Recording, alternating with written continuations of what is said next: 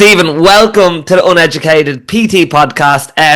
You are a gay men's fitness and life coach, and I read before this that you had a legal career as an in-house lawyer, so I'm sure there's a big story and identity shift around there somewhere. So can you tell me a little bit more about that kind of transformation into what you do today? Well, is it a transformation? I do both. Okay, all right. Yeah, okay. so I'm I'm a lawyer, so that is kind of my day job. Okay. I'm an in-house lawyer. I have been a lawyer for the past, when did I qualify? I qualified just over 20 years ago, so I've been a lawyer for like 22 years. And I am also a fitness and life coach.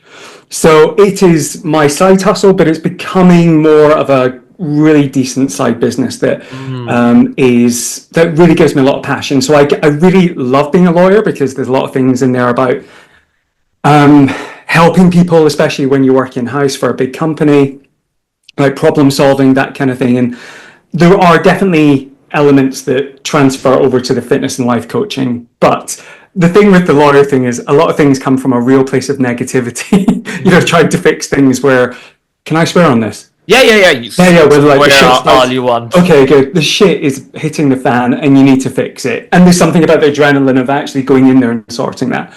Whereas with the fitness and life coaching, people are maybe coming to you with pain points, but there's so much more positivity in it and it's more human and there's more connection. So I feel really fortunate that I get to juggle both careers. Is it not very full on? Because I would imagine being an in-house lawyer is a very demanding job time-wise and stuff like that. It is.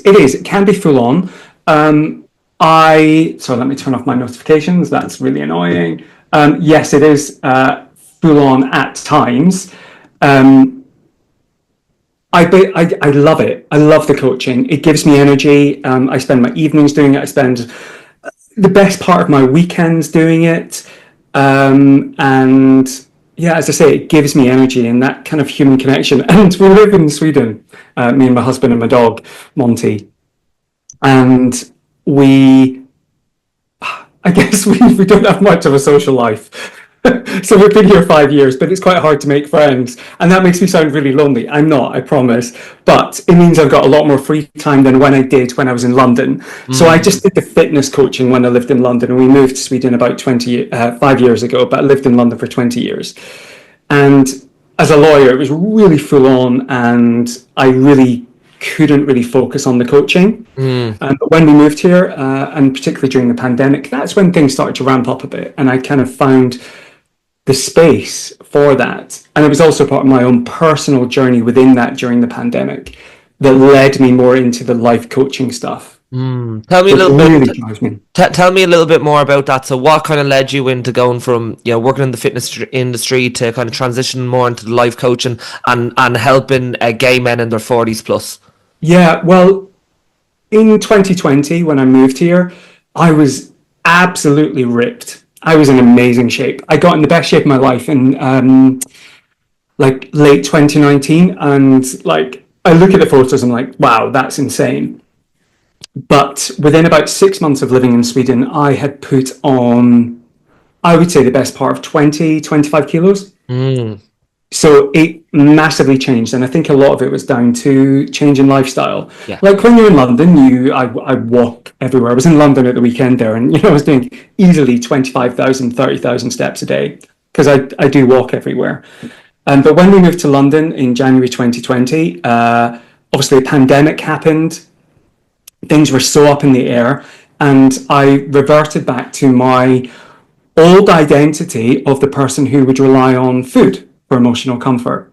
So previously, back in before I got into fitness, sorry, this is me jumping around a lot. Yeah, we're jumping around. So in 2009, I lost about 60 kilograms. Wow. Well, I used to weigh about 130, 134 kilos. And so I lost all that weight back then by becoming a PT, by running the marathon. I wouldn't recommend that's the way people lose weight. But I did lose 60 kilograms training for the London Marathon. Got a really good time. I was really happy with it. Yeah. but then it kind of introduced me to fitness, like properly. And when in 2009, when I'd lost all the fat, I'd done it by running. I looked, as my coach often says, or my old coach would say, a bit like a melted candle. You know, I had no muscle whatsoever. Well, I did have muscle, but it just wasn't enough of it. Yeah. And so then I went on a bit of a journey to build muscle. But what I hadn't worked on was the mindset. And so flipping to when I had that big lifestyle change in 2020 and putting all that weight back on, it took me until summer 21 to actually reach out to a coach and go, do you know what? I need help. I'm coaching people with fitness, but I do not look the part. You know, instead of using photos of me or speaking on social media, I was using cartoon versions of me from emojis or whatever, those kind of things. Yeah. Because I was so ashamed of how I looked. I thought, I cannot be coaching people with fitness. But I'd reverted so much to my old ways of relying on food to comfort myself. And my coach in 21, really, I can't believe it took me so long to get the idea of it's more about the mindset than it is about the macros and the calories and everything. And he introduced me to that, and it just flipped a switch. I was like, oh my God, that's what I've been missing the whole time. It's what I've been missing.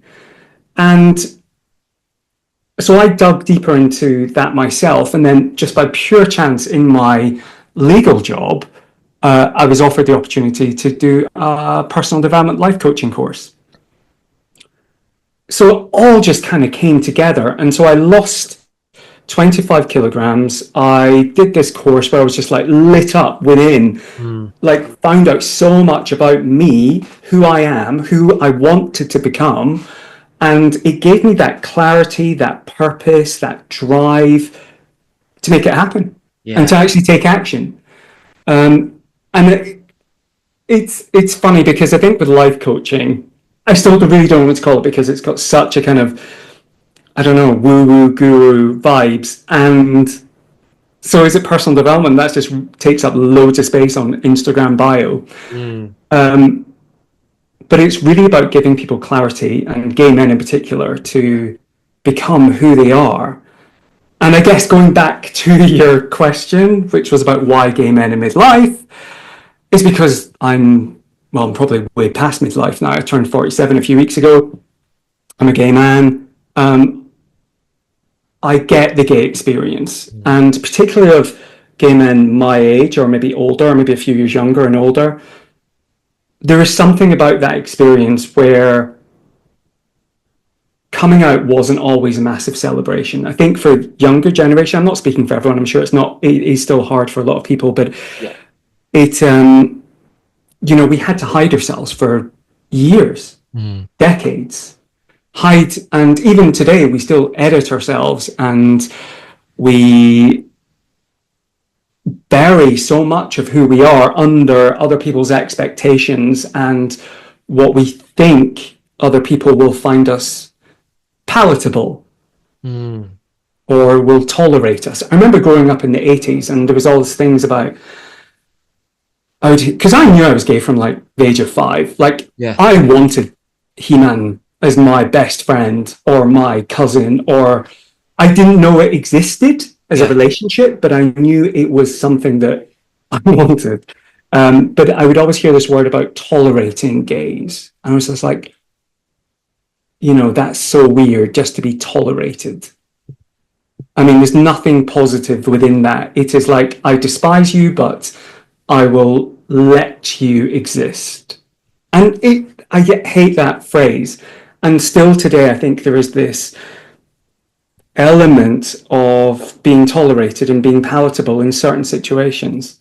And so having that experience and understanding that without having to explain it, like I've explained to you, and just knowing that that's what we've gone through, I think makes me more relatable, and I think it makes more of a safe space for gay men who are maybe struggling to work out who they are, because a lot of us get to midlife and we might have the partner, the career, the nice house, the job, because actually a lot of gay men are overachievers because we work so hard to to find approval and to prove that we are normal or capable of, existing in the same world as straight people, that we have all that, but within that, we might lose ourselves along the way and not really understand who we are.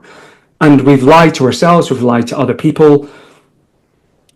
I'm not sure if this is making sense. I feel like it makes perfect sense. And there's loads of stuff that I wanted to even go into there on that. One thing that I wanted to even ask is, even when you spoke about how you were doing all the things in terms of the macros and the calories and the exercise, and but then you went through two different cycles of gaining weight, losing it, gaining weight, losing it, and one thing that was missing for you was the actual the mindset shift, the mindset change, and stuff like that. What kind of a mindset change needed to happen for you in order to not only lose the weight again, but understand why you were losing the weight, if that makes sense?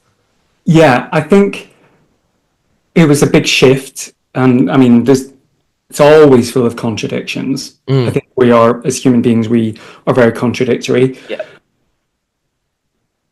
I wanted to look good because for the first 30 years of my life, I didn't. In the way I think of what looking good feels like. And I think it's absolutely valid to have an aesthetic goal. And both times I had an aesthetic goal. However, the first time that I did it was very much about how I looked to other people and why I was doing it. It was for other people rather than, obviously it was partly for myself because I wanted people to fancy me and to, want to have sex with me, and I wanted to feel hot because I'd never experienced that. Like, I just never had experienced it. I'd had sex, but I'd never experienced it, just to clarify. But the second time, it was me realizing that I'd been burying my head in the sand around, I guess, who I was, and not asking myself the hard questions about who I really was, and accepting flaws and my limiting beliefs and facing those and trying to overcome them. Think about the self-sabotage patterns that happened and breaking those. But all of that came from clarity about who I wanted to become. And I wanted to become somebody who was strong, purpose-driven, had clarity about who they were and what they wanted, that looked hot. Absolutely, I wanted to look hot. I mean, I would be lying if that wasn't the case. But for myself, rather than somebody else. But also in a way that I knew if I did that, then I could impact more people because they would trust me, because I've been on that journey and I've been through it. I understand what it is to dig into your values and your principles, where you stand. And rather, I think a lot of us go through life just burying our head in the sands and being on a bit of a conveyor belt of life and just accepting what's thrown at you. And I guess the big bit was also about victim mode. And I really struggle working with this with clients sometimes, and it's something I'm trying to work through, because I think a lot of us do fall into victim mode a lot and think the world is happening to us. And it's really easy to feel, especially like in the world that we live in just now, that things are so much out of our control, and it's about trying to find those elements where we can be in control and can be in the driver's seat of our lives. And I guess, to use is it Gen Z wording, I guess, like main character energy, like bring it. In what way in your life did you see that victimhood was showing up, maybe when you were struggling, or when you were kind of struggling with your weight or your relationship with food? Yeah, I think I go to some dark places, and I think, especially because I'd lost 60 kilograms and I thought, oh my God, it's happened again. I'm worthless. I'm a piece of shit. I can't believe I've let this happen to me again, and there's definitely a victim element, or thinking the world has done this to me, and then actually finding the strength, the inner strength, to actually take responsibility for those things and find a different way. Because I yo-yoed, Yeah. like even within those 10 years, I'd yo-yo dieted. Yeah. Not to the extremes. No, but it's never a linear line of progress. Yeah.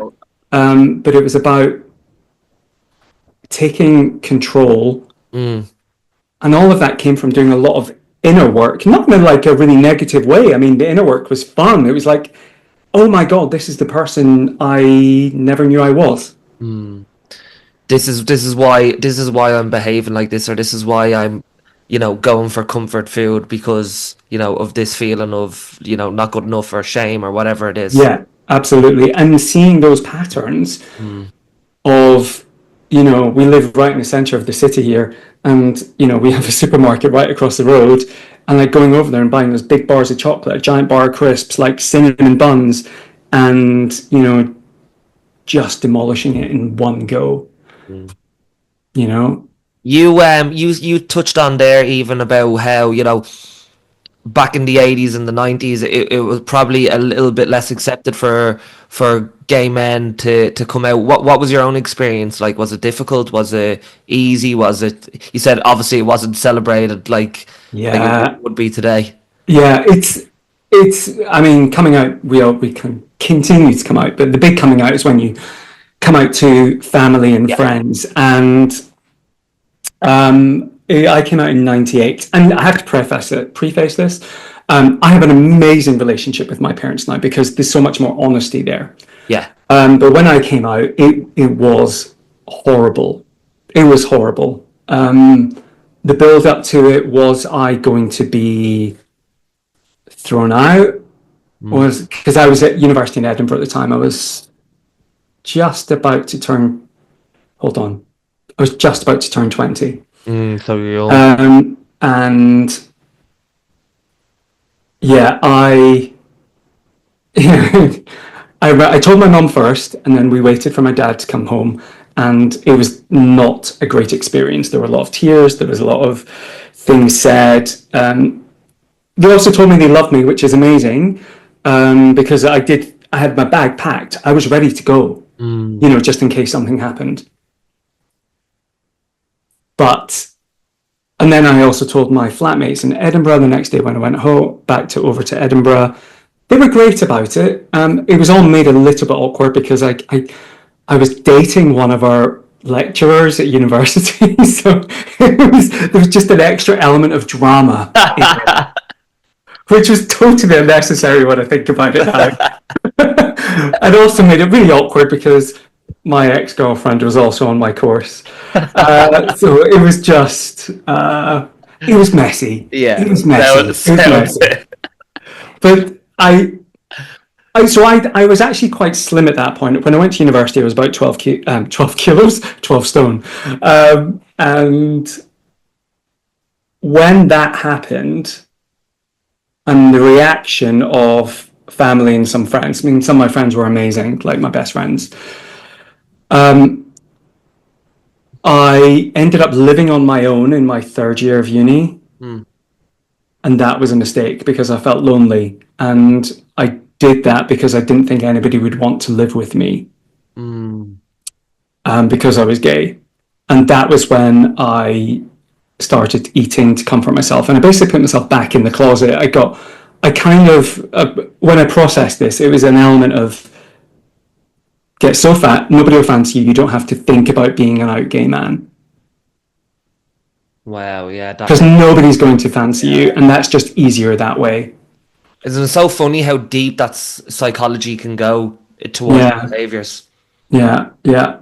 And, I remember my flat was on South Clark Street in Edinburgh, and there was a Domino's Pizza. I could see it from the window of my apartment. Now, this was way before delivery or anything. But they did do delivery. And I used to get them to deliver the 100 meters down the road. That's how, I guess lazy I was because I didn't want to go out. But there's probably a bit of shame because I didn't really like eating around people because I would just be, there's that fat guy who's just like ordered a massive pizza for himself. it's messy. It's messy. And then that's where the cycle continues. It's such an important thing to kind of reduce shame around food to help people Yeah, get out of that cycle. yeah, exactly. Um, and don't get me wrong, there were certain elements of my life where we talked about overachieving or doing really well, and I did, I got a good decent degree, I got a good job, and moved to London, and but it probably wasn't until about 2005 when I met a boyfriend of mine. We lived together for a few years, but I never told my parents that we lived together. They just thought I had a flatmate. It was very much still in the closet. And it was only when I started losing weight, because a few things happened, enough was enough. And I kind of decided I need to make changes. And when I started getting attention, that really lit a fire within me. And I was just like, wow, okay, I can be an out gay man. I can be confident and proud and live that way. Speaking of high achievers, is there something that you find a lot in the clientele that you work with? Like you said, that a lot of gay men, compensate by being high achievers to create that probably acceptance that they might have felt that they never had, and it's such a difficult balance then to get of like, okay, I'm going to achieve all these things and I want to have this ambition, but also when does the acceptance come that, I'm enough as I am? Yeah, I absolutely. And I think what I do see is that there's a realization when you get to midlife that you have all these things, but they're so material a lot of the time. And you've been living somebody else's dream and somebody else's expectation. So I'm a lawyer. I enjoy it. I feel like I probably got into it because I did well at school. Again, because I mean, I guess there's an element of being intelligent, but also an element of wanting approval from parents. Yeah. And not, I still get it. I was on a flight back from London at the weekend, and I'm the passenger that listens intently to the safety message. I'm like, I'm the best person here. Like, even in the security at the airport, the way I'd laid out everything in my tray, because I went through a scanner that wasn't just shove your bag in, it was like my... and I got like the approval of the security staff going, wow, that's amazing. And I was just like, yes, I'm a good boy. Yeah. So that kind of good boy element kind of sticks with you. And I'm not sure I would have chosen a legal career. And that makes me sound so privileged. I get it, because I'm very privileged. But I maybe would have done something else. Yeah, well, I think a lot of people that are listening can resonate to that, with people who ended up in kind of high performing jobs and kind of just, living their everyday kind of on automatic pilot mode. And they're like, how did I end up here? Yeah. Yeah, totally. There's that realization where it's like, how did I end up here? Yeah. Is this what I want? Yeah. Especially when you come into midlife. I don't know how old you are, Carl, but at 47, this is kind of like, well, I'm definitely in the second half of my life. How do I want that to look? Yeah. How do I want to feel? And I think a lot of it comes from seeing your parents aging and seeing, your parents' friends start dying and getting ill. And it gives you a very clear sense of your mortality and that we only have one life. And we need to make it count. And if I'm so grateful for a lot of things that happened in the first part of my life. It's not always about looking back, but what I love about coaching and life coaching is about not dwelling on the past. Yes, some of that's important, but it's about the future, who you can be, who do you want to become, and what do you want to do with your life? Do you think that that's a mistake or an issue that a lot of people fall into, is that they kind of stay submerged in not their mistakes, but maybe their past. Maybe they stay submerged in, oh, I should have done this instead of this, or I shouldn't have been with that partner, I should have done this, and they can't actually move on from whatever that life experience is to then enhance the rest of their life. Yeah, I do. I think that's a really good way of putting it, Carl. And I think it kind of goes hand in hand a little bit with the victimhood element of just feeling, and I get it, because you feel so submerged by everything that has happened. Yeah. But as so many coaches say, and it's a bit twee, but it may not be your fault, but it is your responsibility to do something. When you were speaking there, I was thinking in my head, like, ownership is essentially what you need at that point. Yeah, absolutely. There's that kind of radical acceptability. Yeah, that's the word. Yeah. I know. I've noticed it even in my own life. It's like the things that the areas of my life that are not going the way I want them to go, or are not as successful as I want them to go. And a lot of the time, if I'm honest with myself and I look back, it's like, oh, I've actually been playing the victim in that area of my life. Totally. I mean, do not get me wrong. My life is not perfect. I do not have it together. I am rubbish with money. I'm absolutely, and it's the one area that is just, I need to be better with money. Yeah. And it's been like that as far as I can remember. Yeah. And it brings me shame. I'm just like, my God, you're atrocious with this. And it's like, you've got everything else in a really good place, pretty much. Why can't you sort this? So that's what my focus at the moment for me is. Well, I would be the exact same. I'm terrible with money. I'm terrible with finances. And I always say that to someone who I'm working with who might be struggling with their weight. Is like, this is an area that you're struggling with. And look at all these areas that you're like a real high achiever, high performer in.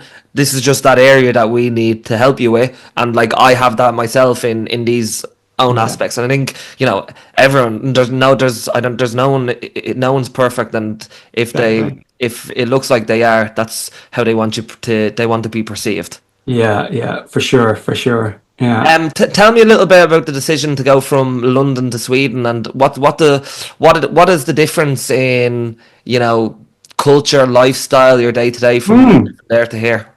I guess the decision was, as lawyers, I don't think we often get the opportunity to live abroad or work abroad, because I'm an English qualified lawyer, and there are jobs where you can do it.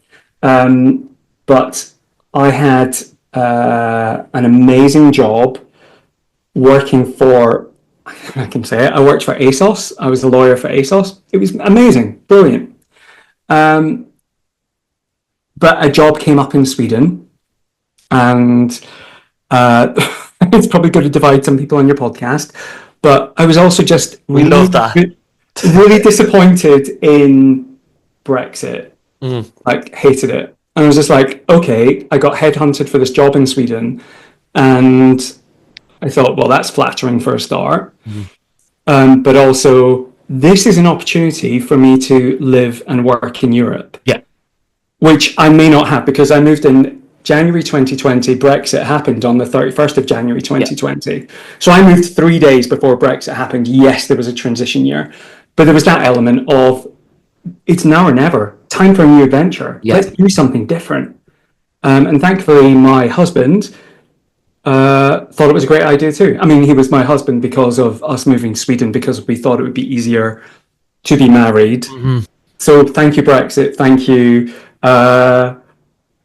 Job offer in Sweden for us getting married. It was so unromantic. We arranged a wedding in 6 weeks. And how has that transition to Swedish life been? You even touched on you work a lot. I would imagine. I know myself from personal experience. Anytime that I've moved abroad to other places, you can find it hard to build new connections with people. It's a new culture. Takes time. It does, absolutely. And also, because I moved in January 2020 and lockdown happened in March 2020, in some ways being in Sweden was a good place to be, because it wasn't so...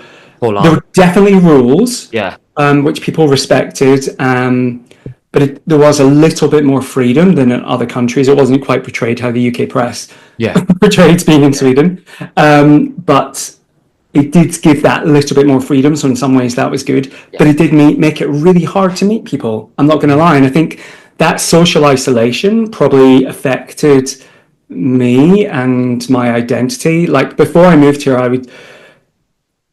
I was part of the London Gay Men's Chorus, which is a group of 200 gay men, and we'd meet every Monday night. We'd do shows, and on Wednesday I sang with a small group, which was 16 of us. So I had a really big social community, and going from that to nothing. Now, don't get me wrong, everyone during lockdown was limited from a social perspective, but being in a new country just added that level of pressure. Having a new job, trying to get my coaching career off the ground, it was tricky. But do you know what? Joining the gym helped me make connections here. I know people can be terrified of the gym, but it's a way to meet people and like-minded people who are on a similar journey to you. Well, this was actually one of the questions that I was going to ask you, because I was going to take one of a quote that I wrote down from you, and obviously connection is obviously a big part of the work that I'm doing now, and talking about the dangers of social isolation and the importance of social health and people being together. But you said one thing. So one thing that I've learned, that you can't build true confidence sitting behind a screen. Back in 2009, after a breakup, I spent hours on sites searching for connection. I thought if I talked to enough guys online, I'd feel less alone. So can you share a little bit about your own experience from going behind the screen to kind of getting out into the world, like you said that you did, joining groups and finding connection and experience? Because I think there's probably a lot of people now in the world who are trying to get that connection or live their life experiences through a screen, and it's not giving them the fulfillment or the joy that they probably want or need. Oh, Carl, it's so relevant to some, like, people who are dropping into my DMs. But let me go back to 2009. So I did do a breakup. I probably could have handled the breakup in a much better way, but let's not go into that. But yeah, basically, when I got into the relationship, we kind of migrated into his friendship group. And so when we broke up, I kind of found myself without any friends. And I'd also bought myself a flat in London, so I was living on my own. And I found myself, going on gay dating app. Oh, it was before apps. It was dating websites, like Gaydar. And there was this one in London called Thingbox that I would just spend so much time trying to make connection. But it's wild how people can talk to you on even those websites back in those days. Dehumanized. Yeah, totally. And yeah, it wasn't great. I mean, yeah, I made some connections. I had some hookups and dated a few guys, but it was very surface level, and I ended up. Actually, it was through a friend who I'd met on a dating app. I discovered the London Gay Men's Chorus, and there were auditions the next week. And I thought, I love singing. So random story, I went to drama school as well. So I wanted to be an actor at one point.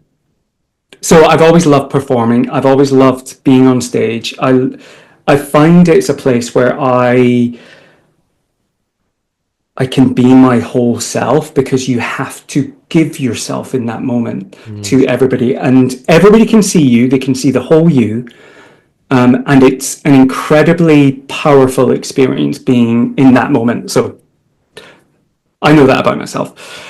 So when this opportunity came up, I was like, yes, this sounds good. And I just jumped straight into it. I made this huge family. I was in this wider chorus, so I was part of the 1001 section, so you've got that as a group, and then you've got the whole 200 other gay men, or 199 gay men, and then I was also in the small group, and we would do commercial charity gigs. We would take shows up to Edinburgh Festival, and I just found my best friends, like-minded people. Yes, it wasn't about fitness or anything, but it was about having a shared passion and a shared connection just a real connection with these people. And today they're still my best friends. Like I had lunch with one of them in London on Sunday. We're going to Sitges in Spain together so we do that every couple of years now. We're going there in the summer. And yeah, it's that real human connection is so much more important. Yeah. But coming back to your point, I guess, like even today, I talk to people in the DMs, but obviously my Instagram is my shop front to some extent, but people also, chat to me and they say, oh, I really, can we be friends? Like people asking me that. And I'm like,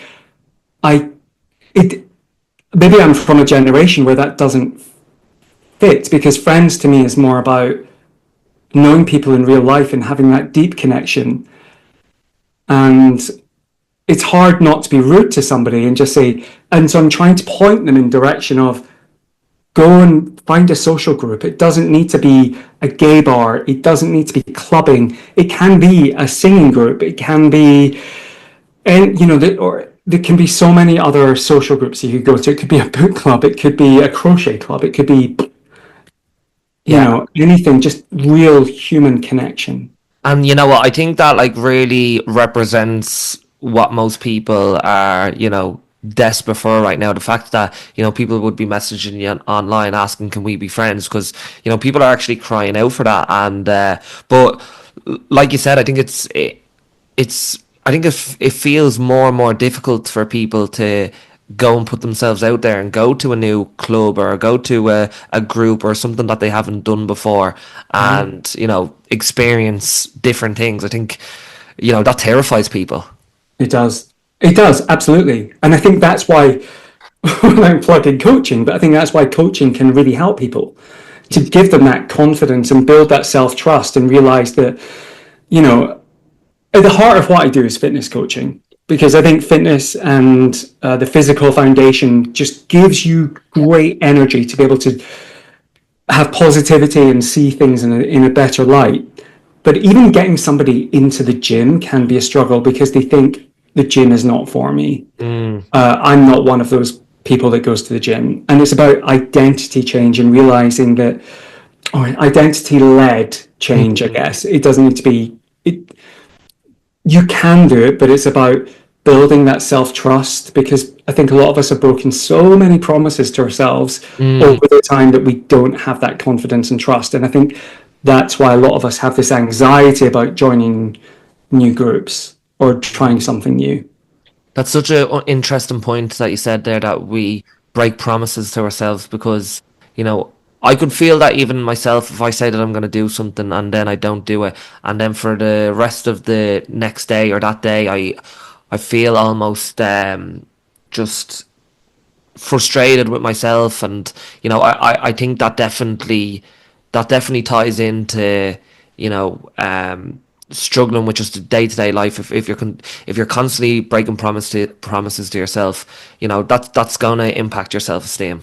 Yeah, massively, and your self-worth, and then it's just a vicious cycle. So what my question for you then, let's say for clients who work with you or people listening to the podcast here who are constantly breaking promises to themselves, like, I was going to get up at 6 a.m. to go for that gym session, or, I said I was going to go join that group, but I never went because I got scared. What would your advice be for the people out there listening who are breaking promises to themselves? Yeah, I think it starts with you, but it's also about really understanding, getting honest with yourself and understanding where your starting point is, because it's not just about setting the alarm and skipping it. It's like, what is the deeper reason behind why you're maybe scared to go to the gym? Or because it's probably not laziness. There's probably something deeper within that. And coaching isn't therapy, but it's about really looking at yourself and maybe getting honest with yourself, thinking about why you're stuck. And what I try and do with my clients is look at things from a much more positive point of view. So really getting deep into your values, like who are you as a person, and getting really deep into your why.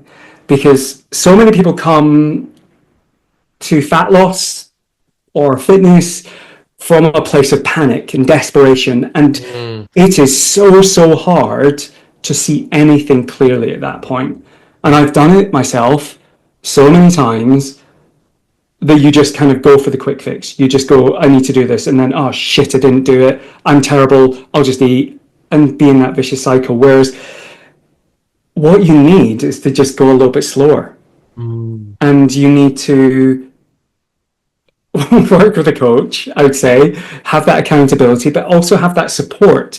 Somebody who can be a mirror to you to help you see yourself properly. My God, that sounds so guru and woo-woo. I don't mean it to be, but it is about helping you understand yourself a little bit more, because you're probably not being completely honest with yourself. Well, I think that's right, because we all have our blind spots, and whether it's, you know, the person who continues to yo-yo diet because they don't understand that they're doing this out of out of that desperation, or if we relate it even back to the high achiever who is constantly looking to achieve the next thing to fill that void. It's like, if you know, having someone to kind of pop them questions and ask them questions and make you reflect of, oh, actually, why am I doing this, or why do I feel like this? You know, that's like you said, the reason you started this is because you realized that, you know, above macros and calorie tracking and step targets and gym sessions, you know, it all starts at the mind. And transformation a lot of times can happen from the neck up, not the neck down. Yeah, I love that. It really does. Yeah.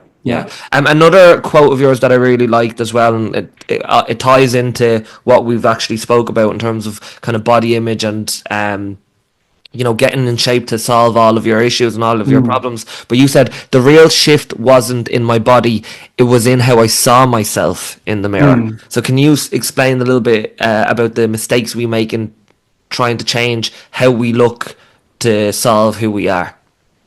Yeah, I guess it comes down to a little bit about thinking that having a six-pack is going to solve all your problems, and that's just so surface level.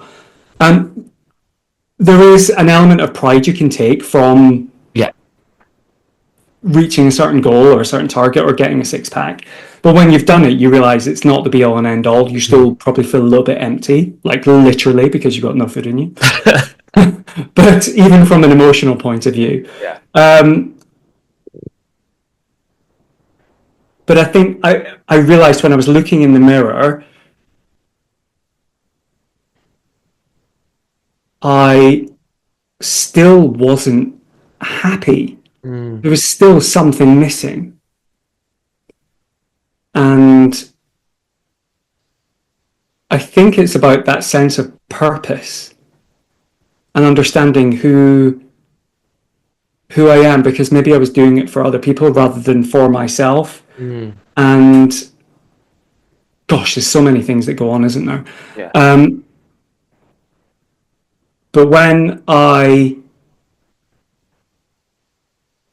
did it from a mindset perspective and a values-led and an identity-led change and transformation process, when I looked in the mirror, I think I saw, no, I didn't, it's not I think, I could see the man I wanted to become and see the person that had an inner strength, who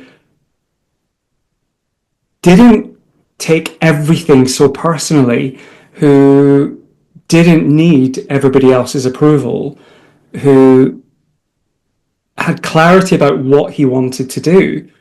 And it's so weird to think that that can come from going to the gym, but doing it from a good place and proving to yourself that you can do something and you can achieve. But at the same time, it's not just about the body, it's also about the mind. I'm not sure I'm phrasing that very well, but no, that makes perfect sense. And I think, like, you could put the same person with the same physique in front of the mirror, and it could be wildly different on the inside based upon their mindset and their approach to do something because of the work that they've done. And today, do you know, maybe this is a really valid or relevant time that I got this message in my DM. So I did a post a couple of weeks ago, and weirdly it's performed really well on Instagram. But it's like my best performing post ever. And it's me topless, like with a 6 week difference, and just show like how I lost 5 kilos and whatever. And I kind of joked, it just says 47-year-old gay man does X, Y, and Z. And the comments have been wild, like wild. And because my body, yes, it's a 47-year-old body, but people have been saying, you don't look 47, you look 57 or 62, or do you not use moisturizer? And today the message was, so let me just find it. Well, welcome to virality, where you get the worst of the worst on. Oh, totally. Yeah. But it's because when I look at my body, because I used to be 130 kilos and lost all that weight, I've got loads of loose skin around my stomach. Yeah. And so somebody asked me today, why can't I find this post? That's really annoying. I did take a screenshot of it, so maybe I can find that. What happened? Oh, what did it say? What happened with your stomach? Why is it such crumpled up? And, it's a valid question. I said, great question. I used to weigh over 130 kilos and was obese. It's loose skin. And then he went on to ask about, well, can you not just train that away? Or I'm like, no, it's skin. You can't train or fix that. But because I'm in a better place about who I am. You didn't react emotionally. I didn't react. I kind of reacted in a kind of in a very let me teach you. Yeah, totally. Yeah. But I'm not happy with my stomach. I don't love it, but I accept it. Yes. Yeah. And I think that's the difference between like this toxic positivity where I'm going to pretend that I love every single thing about myself versus I'm going to accept who I am and I'm responsible for who I am and I'm going to look after who I am. Absolutely. Yeah. So, and it just is what it is, which is such a rubbish phrase, but I accept it. And I know that other parts of my body function in a much better way and are much stronger. And, I'm really proud of the body I've built. This is a bit of a side tangent, but it's such a good example of why I think it's really important that people who want to have like some sort of a career on social media, that they've really done the work on themselves, because it can be such a, like if you are someone who suffers with insecurities and does not know yourself, and then you get comments like that or get comments, judging you in any sort of a way, like that can break a person who hasn't done the work. Totally. And, I've already got a Instagram follow-up post based on this. It's about loose skin, but also having a thick skin. Yeah, that's very good. I really love that. Yeah. A couple more questions, Sure. and then I'll let you go. So, as I read that, you're about now 16 years in the fitness industry and coaching industry. Yeah. So I started coaching in 2009. When I lost all the fat, I wanted to learn more about it. So, for coaches who are only kind of starting on day one now, what kind of advice would you have? What advice would you have for someone? What advice would you have for Steven starting out on day one? Oh my goodness. Be prepared to change how you approach things and don't think things are just one way. I think be open and be willing to all the information that's out there, but also because when I did an interview with Attitude Magazine back in 2012, and I cringe when I read it because it was all about, shock your body, change things up. It was just like, no, but I'd say I cringe at it, but it was like, that's what I thought at the time, and you've got to be open to realizing that you cannot be set in one way, and be prepared to understand the evidence. I forgot the word there, which is weird because it's a legal word as well. But to understand the evidence and back yourself, and don't get dragged into fads. Do you know what I liked about that as well? I think I read something. Someone wrote this a while ago, which I read, and I really loved that. I was like, if you don't look back at some of the things you said maybe a year ago, 2 years ago, 3 years ago, and cringe, then you probably haven't grown in the last 2 or 3 years. Yeah, love that. Love that. Absolutely. I think that's very true. And like one thing I like about you as well, even though you have like such experience in the industry, like you're still continuing to educate yourself as well, and jump into kind of programs, because I know you're doing one now at the moment, and I know we met in one in 2019, and I think that's probably a good piece of advice for like my biggest mistake, I think, when I started out was I didn't ask for help early enough, or I didn't try to learn off people quick enough. Yeah, I think that's so, so important. It's a really good point, actually. And I think it comes down to, I think it's one of my values is curiosity. And that maybe ties into my first point. But it is about be curious. Yeah. You know, otherwise you just can stand still. It's about growing, learning, take the ego out of it as well. You know, be prepared to learn from other people and soak up what you can. If you can be part of a mentorship or a coaching program, I think do it. Keep learning. However, I caveat that with, don't think you can just keep doing courses. You need to do things too. Yeah, that's I've fallen into that trap so many times. I'm doing all these courses. Yeah, I'm doing well, but I'm not actually making any money. Yeah. You're pursuing self-development all the time, but not actually doing the work that was supposed to be done. Yeah, I think that we could fall into that trap. I think that also ties into kind of the high performer as well. It does. Yeah. And you know, I it's like reading all the self-help books. Yeah. Or at least buying them. I heard this great phrase, I can't remember who said it, but they were like, oh, we're talking about shelf help books because they just live on your shelf. Yeah, I could be guilty of that at times. Yeah. Most certainly.